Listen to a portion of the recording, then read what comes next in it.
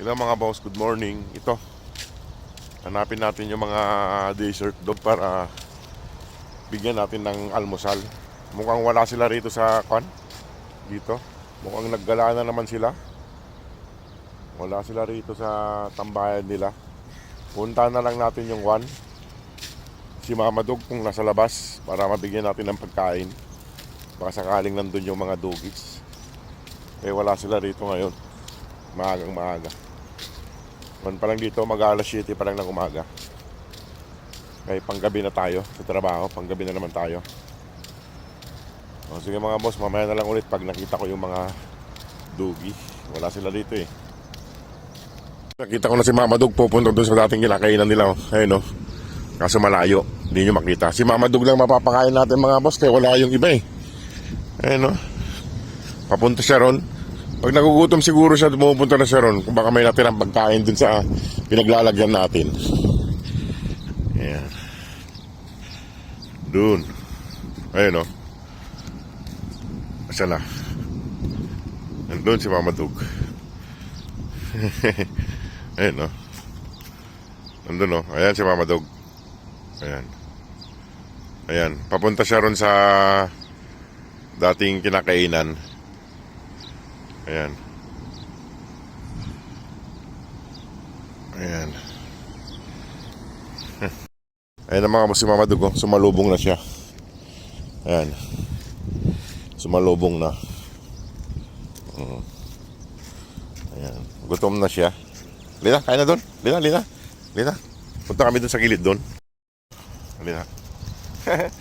Ayan si Mama Dog. Ayan. Natanggalan ko ng surot kahapon. Ayan na si Mama Dog. Ayan ito yung pagkain. Pero hatiin ko lang yung pagkain mga boss. Kaya marami itong pagkain. Hatiin ko lang. Hanapin ko yung ibang mga aso kung saan. Para mabigyan din natin kahit may kaunting matira. Para makakain din sila. Dito kami sa may pangatlong accommodation na naman. Ayan si Mama Dog. Gutom. Ayan o. Halika na Mama Dog, kain na. Ayan. Hatiin ko lang para yung iba naman ay makatikim ng almusal. Kahit may konti. Mabigyan natin silang lahat. Pero kaunti lang yung naubos nila yung pagkain nila kahapon. Inuubos nila. Halika na Mama Dog. Halika na, kaya na. Halika na. Para may lakas ka pang magpagatas sa mga anak mo. Ayan. Ayusin ko lang mga boss yung pagkain nila. Pagkain ni Mama Dog. Mga boss kumakain na siya. Nag-iwan ako ng konti. Baka may makita pa tayong mga doggy dyan sa pagpauwi natin para may makain siya. Ayan o. Kumakain siya. May sabaw. Sa umaga laging si Mama Dog lang eh. Nakikita ko eh. Ayan o. Bagong luto yan. Nakabili ako kahapon ng atay. Dinuto ko para may maulam sila. Kaya wala naman tayong ibang maisip na ulam. Pag yung manok kasi pag nilaga parang ayaw nilang kainin eh. Pag nilaga lang na walang panlasa.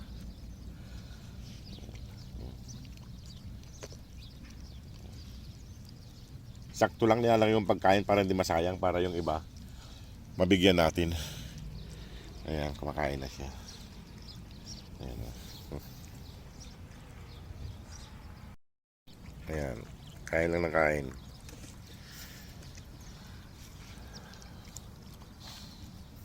Ay. Siguro malalaki na anak nito mga boss kasi isang buwan ko din siya hindi nakita, baka nanganak siya nung Ramadan eh. Mas malalaki siguro anak nito kaysa doon sa kay Zoe. Mas nauna ng anak to kay Zoe. Baka naglalakad na yung mga anak nito eh. Inom ka ng tubig dyan. Ayan.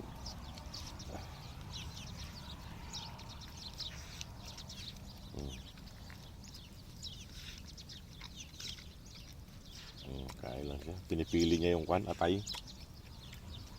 Iniwa-hiwa ko ng malilit yung atay. Kaya hindi mo pati kanin. Tingnan ko nga to. Parang saglit. Saglit. Ito. May garapatang isa. Ha? Siguro yung pinagtutulugan nito, may mga garapata mga boss. Kasi may garapata siya eh. Dati wala naman. Lipat natin dito. Dito ka. Dito. Ayan. May langgam doon. Wala nang garapata. Sinanggal ko na pa isa-isa. Mga boss, iwan ko na siguro siya rito at hanapin ko pa yung iba. Alas 7 na. Kasi mamaya pagdating ko magluluto ako ng kwan. Pang ulam nila sa hapon. Ayan, ganyan lang siya. Pag nabusog na, alis na. Inom ka, inom. Inom tubig, inom tubig. Halika dito, mama dog. Ganyan lang siya. Madali lang mabusog. Kainin mo yan. Ayan, kain muna. O sige mga boss, papaalam na rin ako. Hanapin ko pa yung iba. O sige mga boss, maraming salamat. God bless po.